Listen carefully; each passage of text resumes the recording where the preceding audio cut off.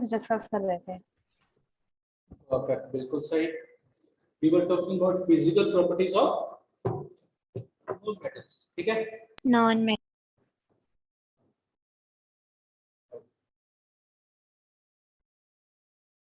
तो हमने physical properties में क्या-क्या डिस्कस किया था? कौन सी फिजिकल प्रॉपर्टीज डिस्कस हो चुकी है?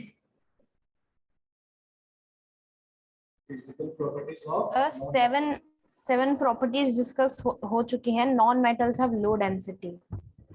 परफेक्ट, बिल्कुल सही.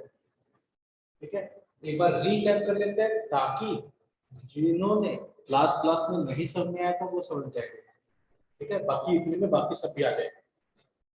The first physical property was, what was the first physical property of non-metal? Physical state. Physical state. We talk about physical states of non-metal, right? Yes. Yes. बिल्कुल सही. Non-metals इसके अंदर हमको क्या पता था?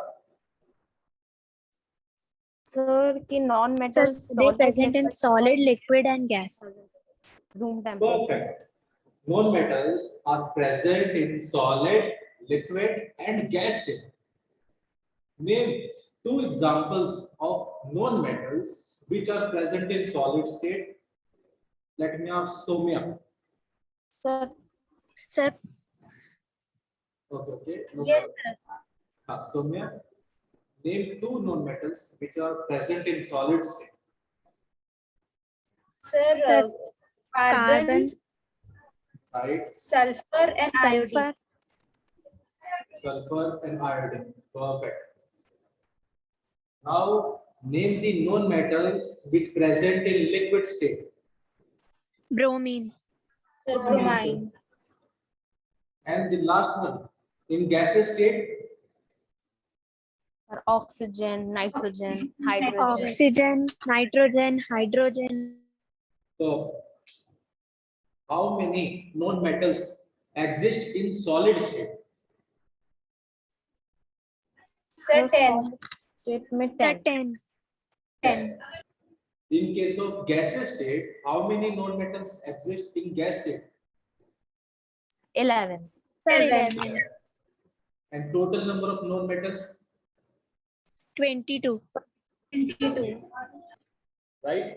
Second property, we discuss about non-metals. Non-metals are Malleability. Non-malleable. Generally soft. Generally generally soft. The second property was non-metals are generally soft.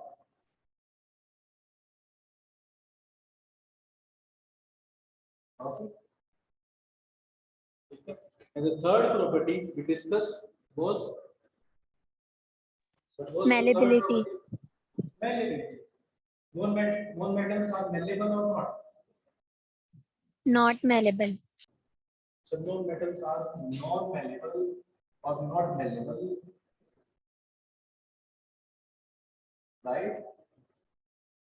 What do you mean by malleability or malleable? Whenever we say malleable, something is a malleable, तो उसका मतलब क्या होता है? Sheets नहीं बना सकते. The substance is beaten with sir उनको हैमर hammers. करके उनकी शीट्स नहीं बना सकते. Perfect, बिल्कुल सही. If अगर हम substance को hammering करेंगे, hammering करने से they are not converted into thin sheets. क्या हो जाएगा? वो पहले ही ब्रेक कर जाएंगे. क्या कर जाएंगे? ब्रेक कर जाएंगे. Break.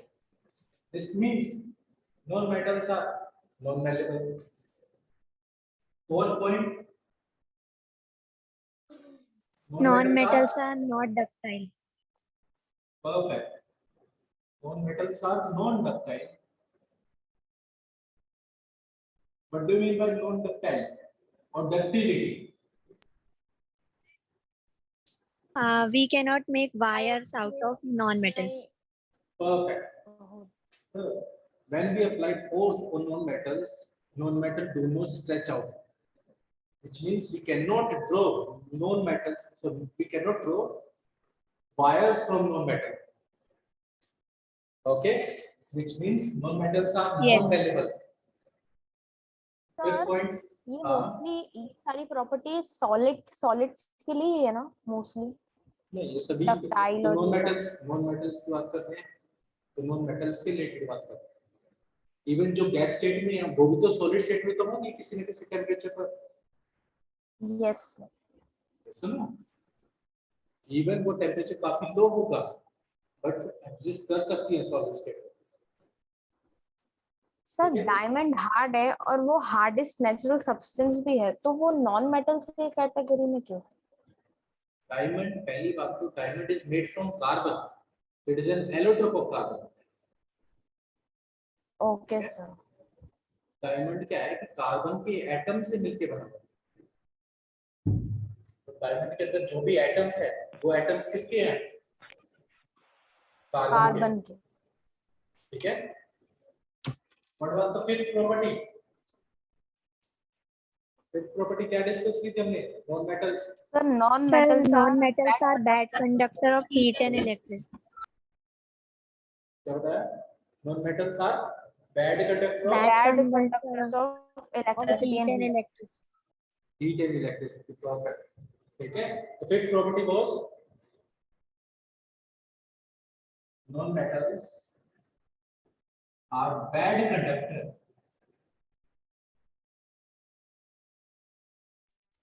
of heat and electricity, right? क्या कोई ऐसा नॉन मेटल था जो गुड कंडक्टर था इलेक्ट्रिसिटी का? Sir, graphite. Graphite. Perfect. Why graphite show electric conductivity? कोई तो रीजन होगा इलेक्ट्रिक कंडक्टिविटी शो करने का ग्रेफाइट का।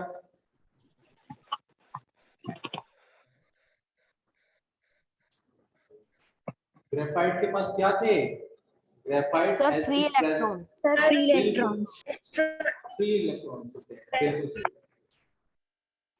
ग्रेफाइट्स कंटेन फ्री इलेक्ट्रॉन्स। फिर वहीं पर ग्रेफाइट का यूज भी हमने पर लिखा था। ग्रेफाइट को किस में यूज किया जाता था? Sir, dry और cell. ड्राई सेल्स में ड्राई सेल्स में यूज किया जाता था। जो सिंपल बैटरीज एज है अ रिमोट वगैरह में। Positive electrode. बिल्कुल सही, as a positive electrode. What was the sixth property of non metal? Sir Sir, non. Sir graphite को ड्राई सेल्स में यूज करा जाता है, तो इसमें ये स्पेशली मेंशन क्यों किया कि पॉजिटिव इलेक्ट्रोड इलेक्ट्रोड दो तरीके से, दो नॉन मेटल से दो बनते हैं। दो तरह के होते हैं, एक होता है पॉजिटिव और एक नेगेटिव। ठीक है, वो हाँ तुम थोड़ा सर, सा हायर सेंस में क्लास ना, वो तुम हाँ थोड़ा सर वो हायर तो क्लास। पढ़ा है, पर मटेरियल दोनों का अलग होता है। हाँ, मटेरियल अलग रख सकते हैं। ठीक है। ओके हाँ, वैसे ज्यादातर जो तुम पढ़ोगे उसमें डिफरेंट ही होगा। What was the sixth property? Non-metals are Non-lustrous cannot be polished. and cannot be polished. हम देख सकते हैं non-metals are non-lustrous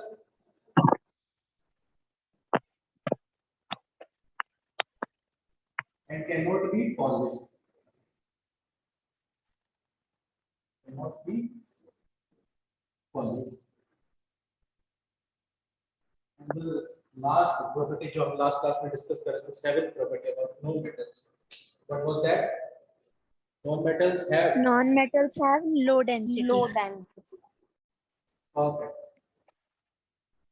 Do all non-metals have low density? No, No sir. sir. Iodine have high density. and Iodine have diamond high density and diamond is heavy. As heavy as aluminium. Aluminium. Okay. So yes, generally non-metals have low density, but there are some non-metals which have high density. One was iodine. ठीक है। Yes sir. तो यहाँ पर हमारा complete हो चुका था। इसके बाद तो एट्थ प्रॉपर्टी जो हम डिस्कस करेंगे today was non-metals are generally have low melting and boiling point. Non metals के पास जो बॉइलिंग पॉइंट और मेल्टिंग पॉइंट होता है वो क्या होता है? लो लो होता है। लो हाँ, तो non metals have generally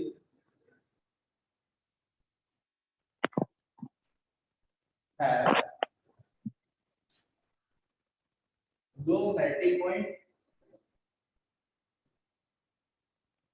and boiling point.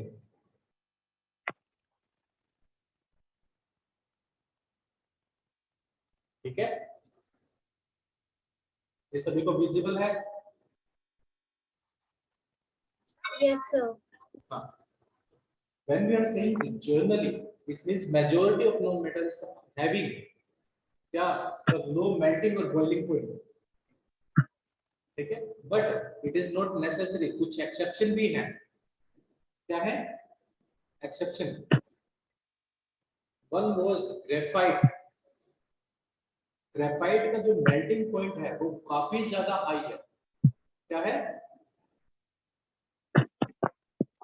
Hi Hi. हर्ष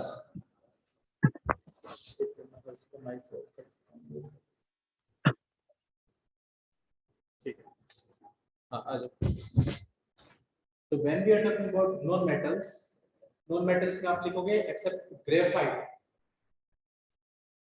आप लिख सकते हो except graphite,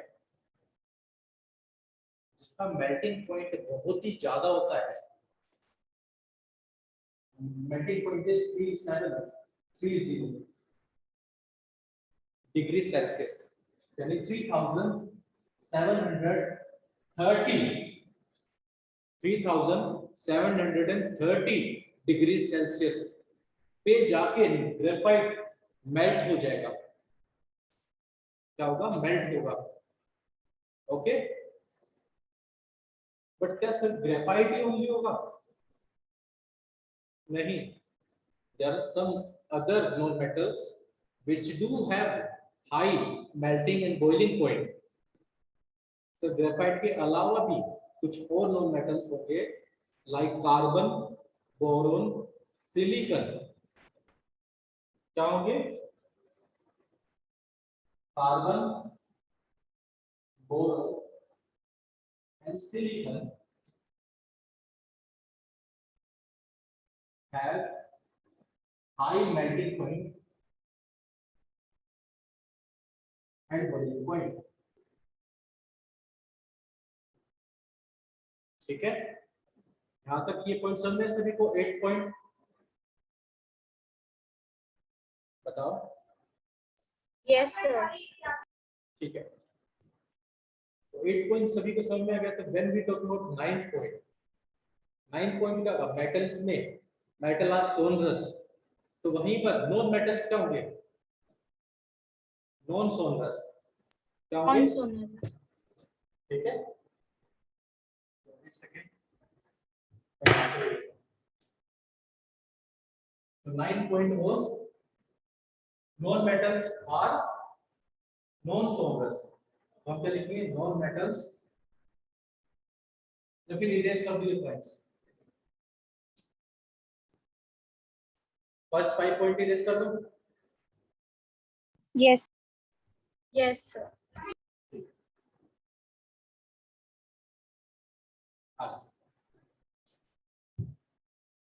The 9th point was non-metals are non-sonorous. So what do you mean by non-sonorous? आप सभी के माइंड में आएगा. सोनरस मींस क्या होता था? Sir, जो वो sound produce करता है. whenever we hit our non-metal with a hard substance. ठीक है, तो नॉन मेटल के केस में क्या होगा? सॉरी, मेटल के केस में क्या होगा? It will produce a sound. It will produce a sound. Okay,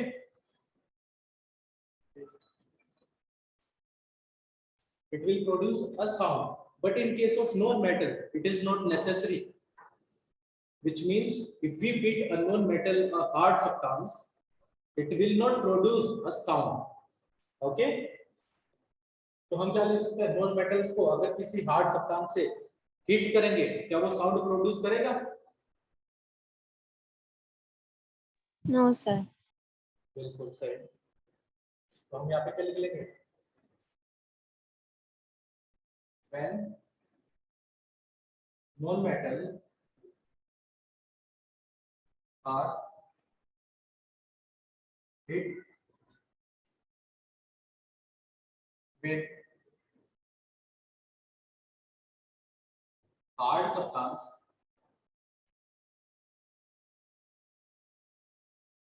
it will not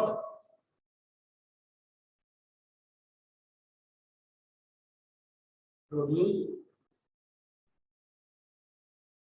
any produce a sound. ठीक है, ये पॉइंट समझ में आया सभी को?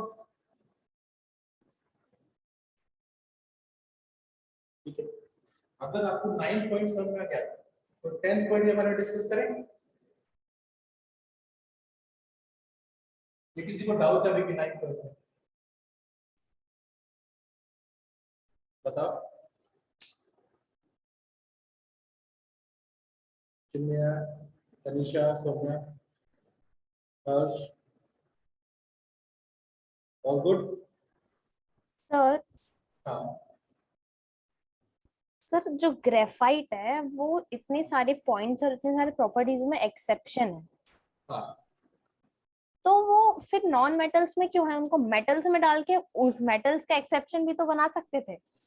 बट बट क्या, क्योंकि वो जिससे बना हुआ है वो एटम क्या है, नॉन मेटल। ठीक है, okay sir. Graphite is made from carbon, carbon is a non metal, तो हम कार्बन को उठा के तो मेटल में नहीं रख सकते। ठीक है, इसीलिए हमको यहीं पे एक्सेप्शन में डालना पड़ेगा। ओके और ये सर। सारी बातें ग्रेफाइट के बारे में नहीं होती, we are talking about carbon.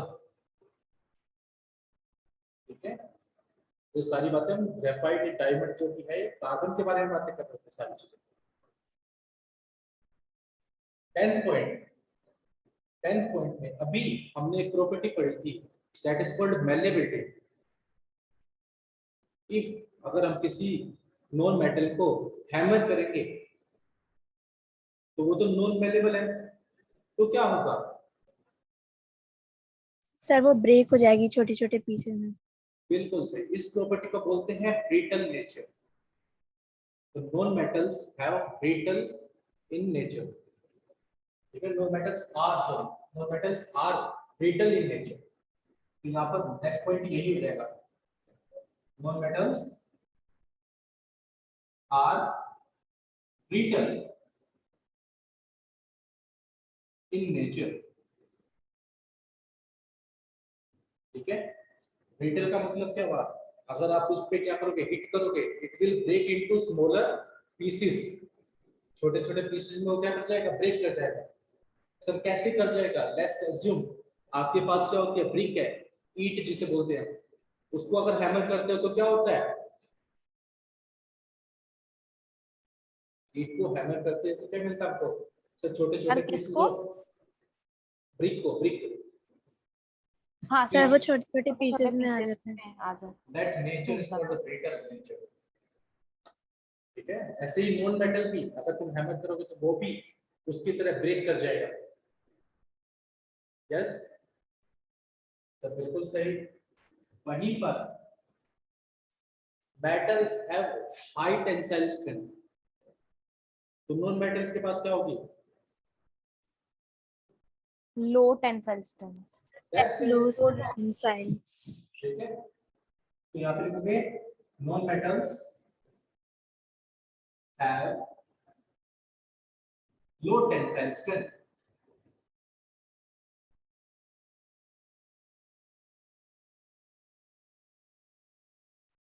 ठीक है,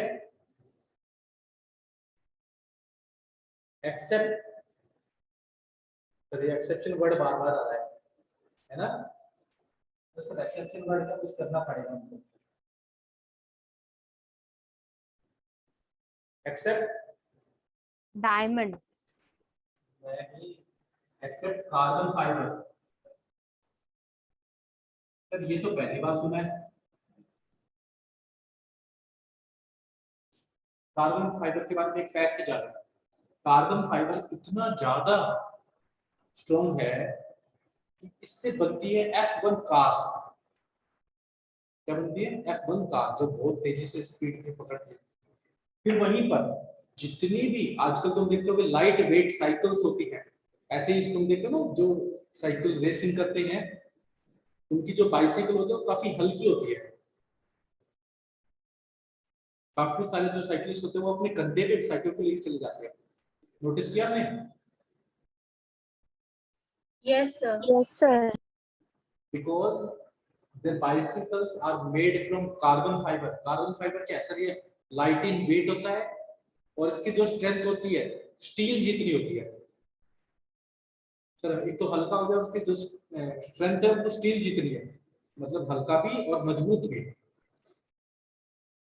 ठीक है, तो इसीलिए तो हम यहाँ पे लिख सकते हैं कार्बन फाइबर क्या है? Carbon fibres have high sir tensile carbon strength. Fibre हाँ, carbon fibre. Sir carbon fibre को ऐसे शेप में कैसे करते हैं? हाँ, वो टेक्निक होती है, मोल्ड करा जाता है। ठीक है, जिस भी शेप में हमको चाहिए कार्बन ओके फाइबर को सर। मोल्ड किया जाता है। फिर वहीं पे लिखा है carbon fibre is as tensile as steel. Carbon fibre is as tensile as steel.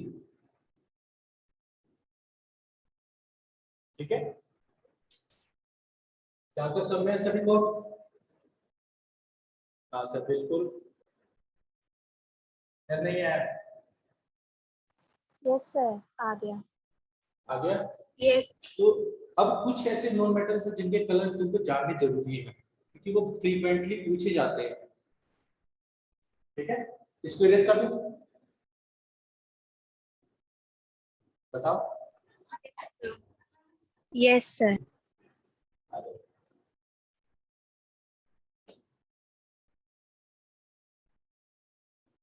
ठीक है, now we're going to talk about the color, the 12th point about physical properties। हम कलर के बारे में बात करें। किसके बारे में बात करेंगे? कलर। कलर भी सर किन का? First chlorine, second bromine, third iodine और ऑक्सीजन और नाइट्रोजन का। तो इनका कलर हमको जानना जरूरी है। अब सब कहोगे सर ऑक्सीजन और नाइट्रोजन इनका भी कलर होता है? चेक करते हैं, चलो। सबसे पहली बात हम किसका कलर चेक करेंगे? सर ऑक्सीजन और नाइट्रोजन का कलर होता है तो गैस होते हैं। तो ये भी तो गैस होती है, क्लोरीन गैस। सर वो तो कलरलेस होते हैं। कलरलेस होते हैं। कलरलेस होते हैं, वही लिखना है वहां पे। ठीक है, क्लोरीन अच्छा गैस, क्लोरीन का है। वही मैं आपसे पूछना चाह रहा था कि कलर होता है या नहीं होता। आप सब कंफ्यूज हो गए। फर्स्ट क्लोरीन के बारे में बताओ। सर क्लोरीन सॉलिड भी हो जाता होगा इसलिए उसका कलर है शायद, या जो क्लोरीन गैस होती है इसका कलर होता है ग्रीनिश येलो। क्या होता है? तो ये कैसा कलर होगा ग्रीनिश येलो?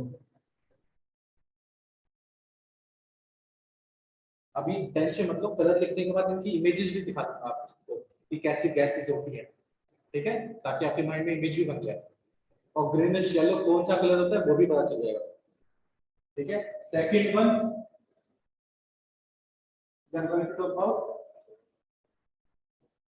ब्रोमीन। ब्रोमीन का कलर कैसा होता है सर? ब्राउन। ब्रोमीन लिक्विड होता है, तो कैसा लिक्विड होगा सर? ब्राउन कलर का लिक्विड होगा। वहीं पर आयोडीन की बात की जाए, आयोडीन का कलर कैसा होता है सर? वॉयलेट। कैसा कलर होता है? वॉयलेट। और if we gonna ask about oxygen and nitrogen, वो कैसे होती है?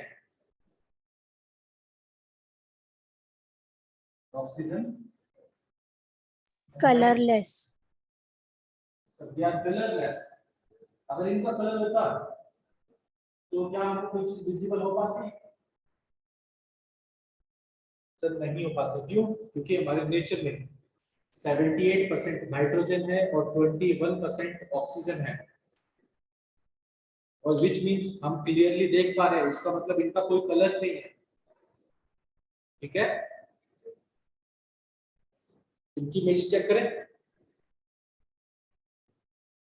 बताओ, दिखाऊं आपको?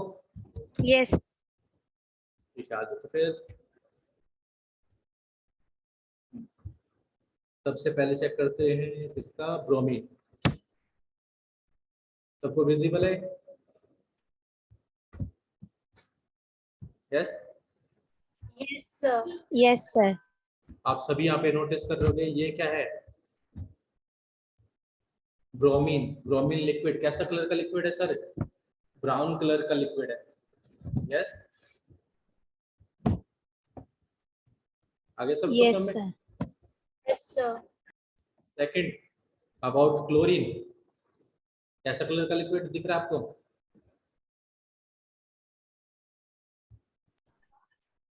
ग्रीनिश येलो, हाँ सर, ग्रीनिश हल्का हल्का हल्का हल्का ग्रीन है, येलो कलर है बट। yes हाँ sir, येलो ठीक है। है। हाँ sir. And the last one is iodine. कैसा है आयोडीन का सर कलर? हाँ बोलो। सर वो क्लोरीन तो लिक्विड था, तो गैस कैसे होती नहीं नहीं ग्रीनिश? नहीं नहीं, लिक्विड नहीं है। जैसे मैं चेक करा देता हूँ, लिक्विड नहीं है।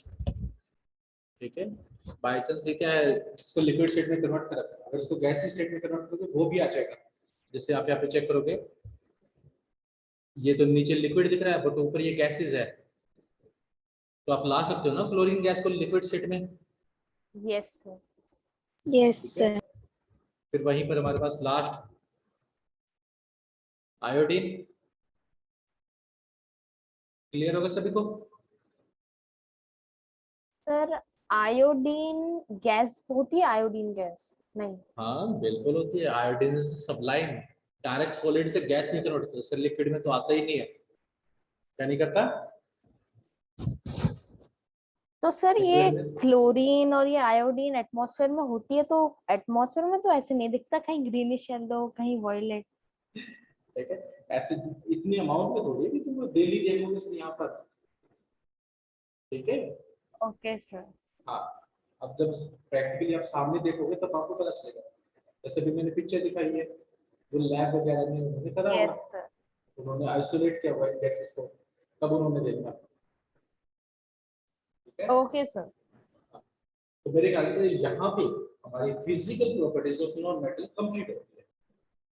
ठीक है, तो हमने क्या क्या डिस्कस किया है? मेटल्स, नॉन मेटल्स दोनों की फिजिकल प्रॉपर्टी एंड अकरेंस के बारे में डिस्कस कर चुके हैं। अब हम डिस्कस करेंगे केमिकल प्रॉपर्टीज ऑफ मेटल। ठीक है, क्या डिस्कस करेंगे?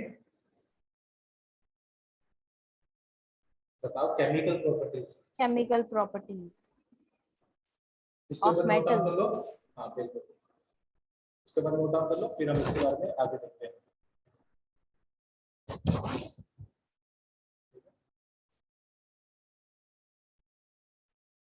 आपको कोई इश्यू नहीं आ रहा? आपको सभी को सबको क्लियर दिख रहा होगा एचडी में?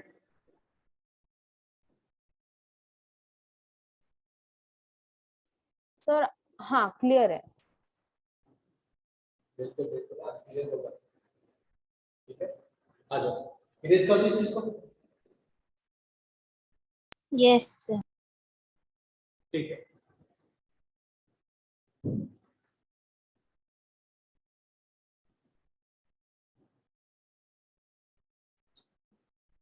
हम बात करेंगे किसके बारे में? केमिकल प्रॉपर्टीज के बारे में। किसके बारे में बात करेंगे?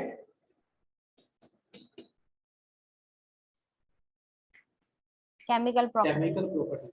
सर फिजिकल और केमिकल प्रॉपर्टीज में क्या डिफरेंस है? आप सभी जानना तो चाहोगे, आपके मन में क्वेश्चन जरूर आएगा। तो बेसिक सा क्या डिफरेंस आएगा? Sir Can we physical write it? मतलब जो हाँ। उनका मतलब जो उनके आउटर अपीयरेंस या उस पे उनके साइज शेप से रिलेटेड हो, उससे बिल्कुल रिलेटेड। सही। केमिकल मतलब उनके जो मतलब थोड़ा इलेक्ट्रॉन्स या इससे रिलेटेड थोड़ी चीजें एटम्स हैं, वगैरह से रिलेटेड, एटम सही। से रिलेटेड, अंदर से जो कंपोजिशन, इंटरनली क्या हो रहा है। बिल्कुल इंटरनली कैसे हैं और अंदर क्या हो सकता है, बिल्कुल सही। When we are talking about physical property में सब्सटेंस नहीं बदलता, सब्सटेंस वही रहता है, ठीक है। अगर तुम हैमर से बीट करोगे अभी भी तो आयरन ही है, ऐसा तो नहीं कि वो आयरन से कार्बन में कन्वर्ट हो चुका है, ऐसा होता है क्या? No, नहीं sir. But when we are talking about chemical properties में वो केमिकल चेंज में जाएगा, और केमिकल चेंज में जब जाएगा तो वो एक नया सब्सटेंस बन जाएगा। सर कुछ एग्जांपल्स बताओ, थोड़ा सा जल्दी समझें। Let's take an example. अगर हम पेपर लेते हैं, उसको मैं बर्न कर दूं, तो क्या वो पेपर ही रहेगा या किसी और No, चीज में sir. बदल वो जाएगा? ash नहीं produce सर, होगी और smoke. कार्बन वो हाँ, स्मोक और बिल्कुल। एश प्रोड्यूस होगी। हाँ, ऐश प्रोड्यूस हो जाएगी, वो किसमें बन जाएगा सर? राख में बन जाएगी, हमारे पास ऐश में कन्वर्ट हो जाएगा। अब वो पेपर रहा नहीं, नया सब्सटेंस बन जाता है। बट फिजिकल प्रॉपर्टी में नया सब्सटेंस नहीं बनता। तो सबसे बेसिक डिफरेंस तो यही है। In physical property substance, no new substance are form, but in chemical properties नया सब्सटेंस फॉर्म होगा, ठीक है। हाँ सर, जैसे केमिकल Yes. पेपर को बर्न करने पर नया सब्सटेंस बनता है और पेपर को काटने पर नया सब्सटेंस नहीं बनता। नहीं बनता, बिल्कुल सही हाँ बात। सर। तो वहीं पर काटना फिजिकल प्रॉपर्टी हो गई, और उसको जलाना केमिकल प्रॉपर्टी हो गई, ठीक है। चलो तो फिर पहले सबसे पहले जानते हैं मेटल्स के बारे में, क्योंकि सबसे ज्यादा केमिकल प्रॉपर्टी डिस्कस करेंगे तो मेटल की करेंगे, और मेटल के बारे में जानना जरूरी है। सर मेटल किन्हें बोलते हैं, मेटल के पास ऐसी क्या बातें हैं जिनके बेसिस पर वो केमिकल प्रॉपर्टी शो करेगा, ठीक है। तो सबसे पहली बात नॉन मेटल्स के बारे में आप सबको जानना है, इनके पास आउटर मोस्ट शेल पे 1, 2 या फिर 3 इलेक्ट्रॉन प्रेजेंट होंगे। क्या होंगे? इलेक्ट्रॉन प्रेजेंट होंगे आउटर मोस्ट शेल में। सर सिर्फ 1 2 3 की, उससे कम नहीं या फिर उससे ज्यादा नहीं? बट 1 2 3, अब उससे ज्यादा होंगे तो वो फिर नॉन मेटल की कैटेगरी में आएंगे। और उससे कम होंगे तो? उससे कम तो जीरो ही है, जीरो में भी वो नहीं आएंगे मेटल में, हाँ सर। ठीक है। तो हम यहाँ पे लिख सकते हैं, क्या लिख सकते हैं? Atoms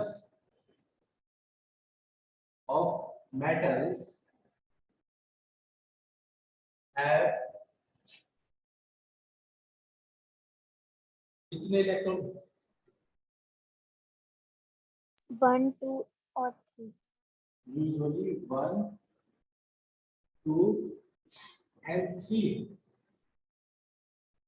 electrons. किसमें? सर सबसे बाहर वाले शेल में, इसमें आउटर मोस्ट शेल, ठीक है। सर कोई एग्जांपल बताएं, एग्जांपल जाने। हम सभी को पता है sodium is a metal.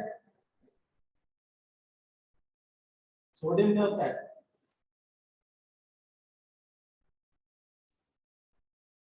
Metal. Metal.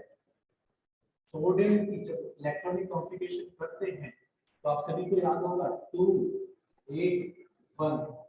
1। Yes sir. तो सबसे बाहर वाले शेल के अंदर कितने इलेक्ट्रॉन है? 1। 1। अगर इसको रिप्रेजेंट किया जाए, ये हमारा इसके अंदर का न्यूक्लियस, ये पहला शेल, ये दूसरा शेल, और ये तीसरा शेल। पहले शेल के अंदर कितने इलेक्ट्रॉन है? 1. 1 नहीं पहले सर, के 2। अंदर 2 2। है। फर्स्ट शेल के अंदर 2 इलेक्ट्रॉन, सेकंड शेल के अंदर 8। ये क्या 8. है हमारे, ये क्या है हमारे शेल्स, और ये क्या अंदर? न्यूक्लियस, ठीक है। क्या है? न्यूक्लियस। 8 है तो सभी में 8 बना दोगे 1 2 3 4 5 6 7 और 8 कंप्लीट। और लास्ट वाले शेल के अंदर कितने इलेक्ट्रॉन है? 1 1। और लास्ट वाले शेल को क्या बोलते हैं हम? Outer Outer shell. Outermost shell, सबसे बाहर वाला शेल।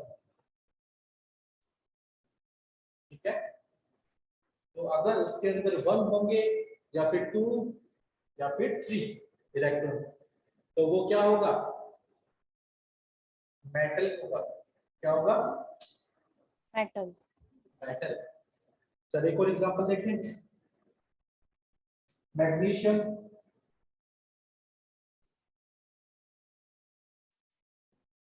इसके अलावा एल्यूमिनियम, दोनों ही क्या है? सर मेटल है, सुनो। Yes, sir. मैग्नीशियम के अंदर कितना होगा सर? 2 8 2। यस, जिसको नहीं समझ में जरूर पूछना।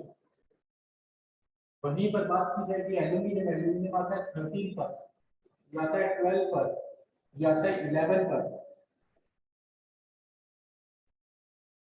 तो 2 8 2 टोटल नंबर 12, 2 8 1 टोटल नंबर 11। यहाँ पर कितना हो जाएगा?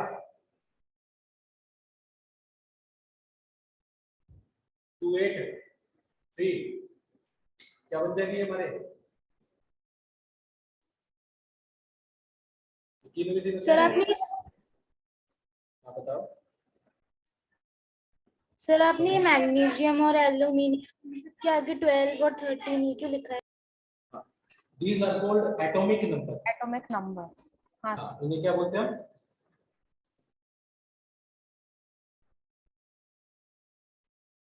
एटॉमिक नंबर बोला जाता है। और एटॉमिक नंबर क्या होते हैं sir? Number of protons. Proton क्या होते हैं सर? Positively charge particle. कहाँ पर मिलते हैं? न्यूक्लियस के अंदर। बिल्कुल सही। ठीक है, तो एटॉमिक नंबर क्या होगा? 12 13। सोडियम का एटॉमिक नंबर 11। यहाँ तो सब मैं सभी को बताओ। यस हाँ ठीक है। सर, तो ये जो एटॉमिक नंबर है वो प्रोटॉन्स होते हैं, तो प्रोटॉन्स हाँ, इज इक्वल टू इलेक्ट्रॉन होगा फिर, क्योंकि फिर हाँ, बिल्कुल। इनका कॉन्फ़िगरेशन कब भी होगा? होगा। न्यूट्रल न्यूट्रल स्टेट में, तो वो कोई इलेक्ट्रॉन लूज या गेन नहीं करता। ठीक है, ओके सर। यहाँ पर क्या रहेगा? Number of protons. Number of protons तो हमेशा सही रहेगा। अगर नंबर ऑफ इलेक्ट्रॉन बोलोगे तो साथ में आपको जोड़ना पड़ेगा क्या? In neutral state. ठीक है, इसके बारे में नेक्स्ट क्लास में प्रॉपर तरीके से डिटेल में एक्सप्लेन करा जाएगा। इसके ऊपर नोट डाउन करना पड़ता है।